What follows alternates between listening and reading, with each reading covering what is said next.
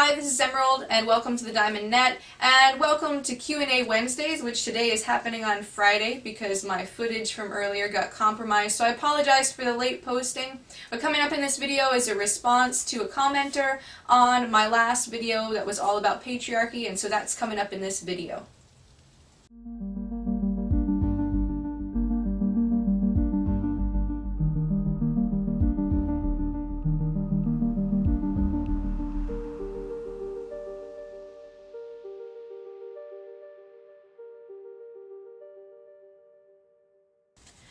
Alright, so my last video was all about patriarchy and the ways that we archetypally are more patriarchal as a society than we are matriarchal or anything else. Now this topic I knew would be met with some mixed reviews because I think that most people will not understand right away what I mean when I say that we live in a patriarchy. And this is actually one of the most difficult topics to talk about because we have so many different concepts coming in at once. And so I want to preface this by you want to start thinking about the masculine and feminine principle more as yang and yin. So the masculine principle would be yang and the feminine principle would be yin. Now yang and yin are Taoist concepts, and basically every single thing in nature contains these. And so very, very few of these qualities actually have to do with human gender. So with the idea of yin and yang, you want to think about our gender constructs having come from us noticing over time that women generally tend to have more yin energy and men generally tend to have more yang energy. You know, in a sense, our gender identities have come from stereotypes in relation to yang and yin. But yin and yang are actually real energies that are in people. They're natural and inherent to us.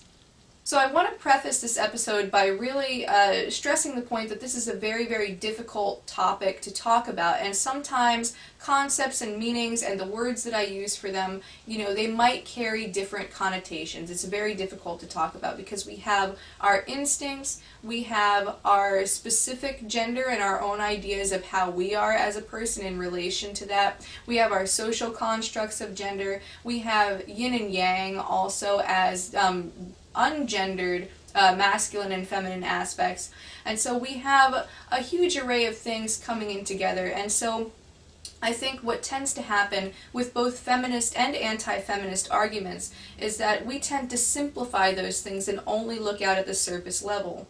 However, if we're only looking at the surface level of things, you know, that's when things are really not going to be that effective. But basically, I got several comments from a commenter called Blah Blah Foo, and I hope that I'm pronouncing that right.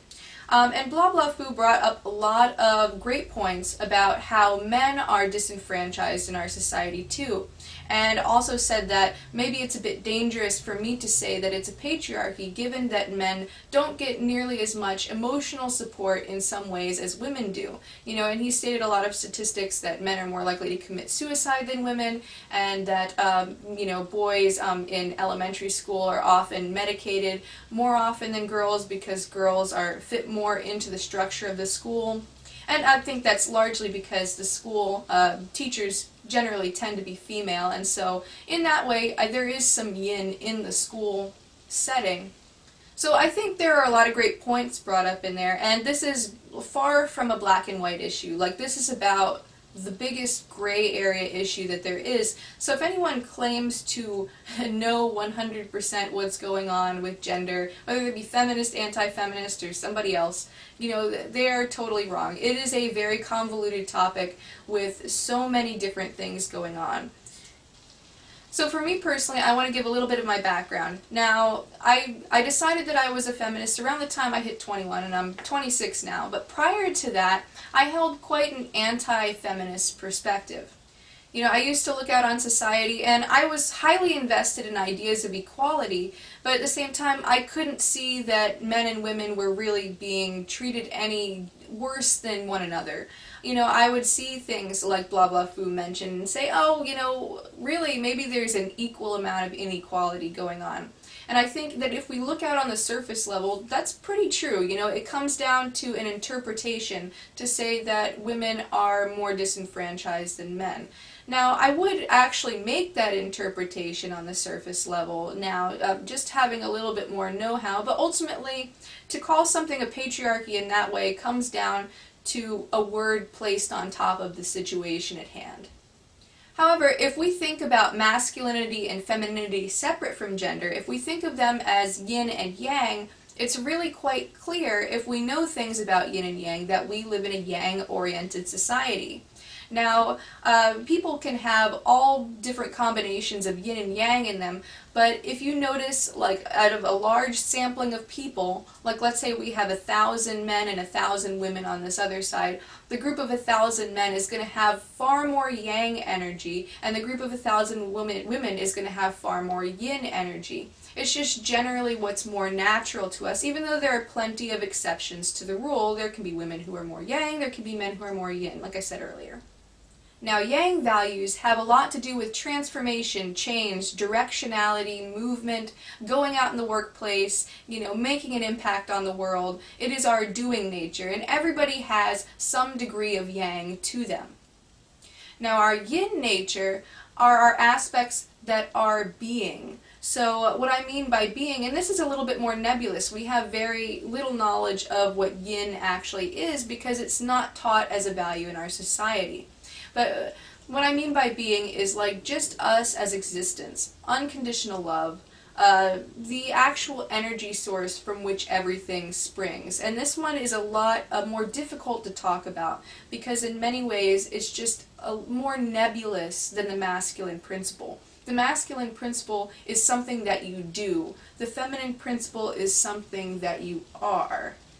So yin values are non-hierarchical, which means that we're not thinking of one thing as any better or more important than the other thing. It's a lot to do with stillness. Now, if you were to symbolize yin and yang, yin is sort of symbolic of darkness, the night, and the moon, whereas yang is symbolic of the sun and the light. And so we naturally just know a little bit more about yang. So in our society, we don't really teach yin, we don't have a clear concept of what yin is. So you want to think of yin as being like an iceberg. Now, there are a couple things that relate to yin that we really have a clear idea of what they are, and that's beauty, motherhood, and any other trait that we actively relate to femininity, which is mostly just that. There might be a couple other things in there like emotions that we have some knowledge of, but most of yin is completely under the surface because we're just not that aware of it. It's not taught as a value in our society. And so when I say that we live in a patriarchy, what I really mean is that we live in a yang-oriented society. And so this brings me to one of the next questions that I was asked, and that is, then why use the word patriarchy at all? If you're really trying to say that we live in a yang-oriented society, why do you have to use such a loaded word like patriarchy?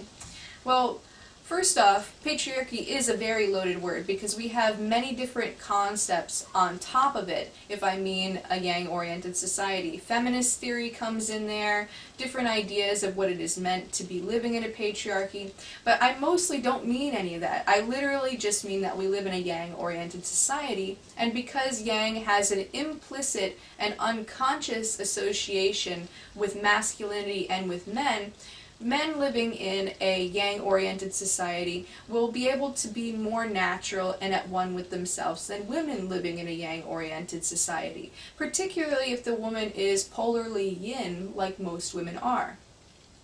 However, men can be disenfranchised too in a yang-oriented society in the ways that Blah Blah Foo mentioned in the comment. But ultimately, I use the word patriarchy for one reason, and that is to be subversive. Now that sounds a little bit shallow when I say it that way, but basically if I said why we live in a yang-oriented society, that wouldn't have as much of an emotional impact on people as if I say that we live in a patriarchy. Simply put, patriarchy is one of the hot-button topics that are being talked about right now, and I feel like these issues are being talked about in an incredibly shallow way in comparison to how we should be talking about them. So oftentimes what I've noticed is that feminists and anti-feminists get really, really sensitive about these issues and get on really polar sides where they're trying to shout each other down. And I kind of relate this to being in two rooms of the same house and arguing about what the color of the wall is. So in a house, in the attic, there's an anti-feminist, and they're arguing that the wall is green because the wall is green. And then in the basement, there's a feminist arguing that the wall is blue because down in the basement, the wall is blue. But the truth really lies outside of the house. And so it's my attempt to show people exactly what's going on and why our society has these particular imbalances, not just with gender, but with a lot of other things that you wouldn't think had anything to do with this imbalance at all. You know, it's my attempt to lead people out of the house and to actually be able to see this issue deeper, because we keep just going around and around and we get into arguments about who has more privilege, and, you know, people get really, really sensitive about that because unconsciously we realize that we have that split within us. You know, that's what all the sensitivity is about, but we're just not conscious of what's going on because so much is taken for granted. When we dig down a couple layers deeper, we can leave concerns like privilege behind, and we can really just become more aware of what's actually going on. So third wave feminism has kind of an intersectionality theory, and I think it's quite good to look at the surface level and see that, you know, maybe there are people in society that are more disenfranchised than others for any given reason, but ultimately those are a small concern in comparison to larger issues, larger imbalances. They are symptoms of a deeper sickness. And this sickness goes down to just not valuing yin as much as yang. So I use the word patriarchy, and I use the common symbols that people are used to arguing with in order to get myself into this argument so that people can just chill out a little bit. You know, I think, you know, people get too precious about this stuff, and there's no need to. It's just a natural human cycle that we're going through, just like any other cycle. And some cycles have some ugly parts. We happen to be in an ugly part of that cycle. And so in order to make things go more smoothly and in order to ease some people's minds, I mean, I just want to show how it's not like everybody's making some big giant mistake. Human evolution just happens in this direction, and I'm pretty sure, and this I don't know, but I'm pretty sure that if you took another human society that had the same kind of conditions, we would end up in the same type of thing. It wouldn't be like they would be in a completely different position, you know, because human beings have cycles like everything else.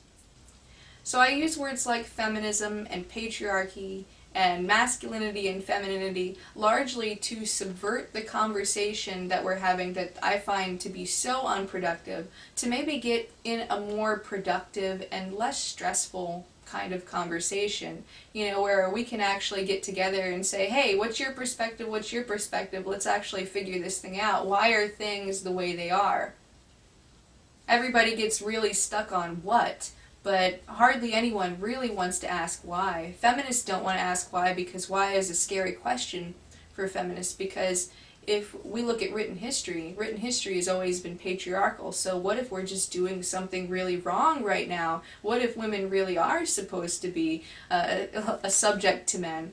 You know, and so that becomes a scary question for them to ask why, because they have to ask that uncomfortable question.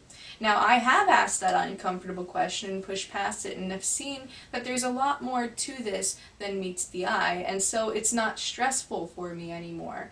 But I think for many feminists who are unwilling to ask this question, they'll be kind of stuck in a spot where they don't want to question that at all.